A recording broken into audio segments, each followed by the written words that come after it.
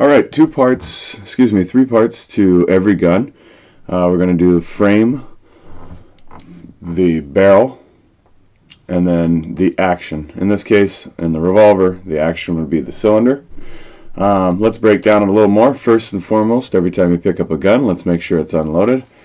This gun, if you can see, the cylinders are all unloaded. We're going to look at the front sight. This is the cylinder, followed by the rear sight. This is a small J frame, so the rear sight's actually inside, grooved into the gun. We have the cylinder release, which is this button right here. You push it forward or towards the business end of the gun and assist the cylinder out. We also have the ejector rod. And if you notice, this gun does not have an exposed hammer. Essentially, this gun at one point had a hammer coming back that you could cock, or you can just pull through. Double action, right? Two ways to fire. Single action would be having to pull the hammer back and firing. Double action, you have the choice of either pulling the hammer back and firing, or just pulling through the rounds. We have the grip, the trigger. Surrounding the trigger is the trigger guard. Now, very important when we're shooting, or more importantly when we're lining up to shoot, we want our finger outside of the trigger guard, right? Typically we don't want to see it here because it can be confusing if you're an instructor to know if the finger's on the trigger or not. We want it high and out of the way. That's where I rest mine. Then moving on, we have the frame. This all is the frame. And that is essentially the revolver. This is a snub-nosed J-frame 38 5-shot.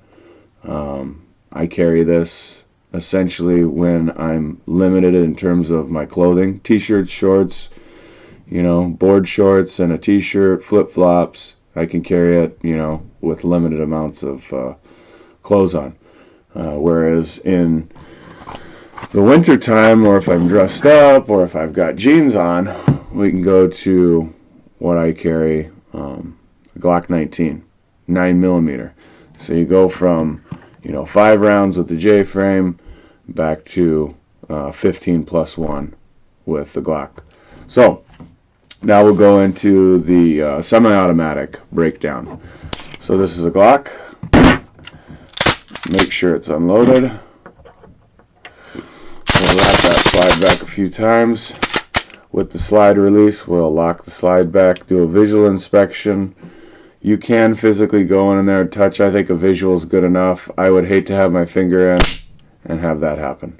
So for me, on a semi-automatic, a visual inspection's enough. If there was a round in there, you can easily tell that the round's in there with just a visual inspection. So no need for me to get my fingers in there. Okay, so let's look. We've got the front sight, we've got the barrel, we've got the muzzle, and that's the end of the barrel. We've got the slide lock, so this is back, this goes up, locks it. Then we have the slide, moving back to the rear sight. Then the diagram said thumb safety. Well, this Glock 19 has no safety other than it passes a drop test, meaning a fully loaded firearm has to be dropped from so many feet. If the gun doesn't go off, it passes the drop test. Then if you notice in here, there's almost, let's see if I can get a better shot. There's almost 2 triggers, if you can kind of see that. So you have to push the first trigger in order to push the second trigger.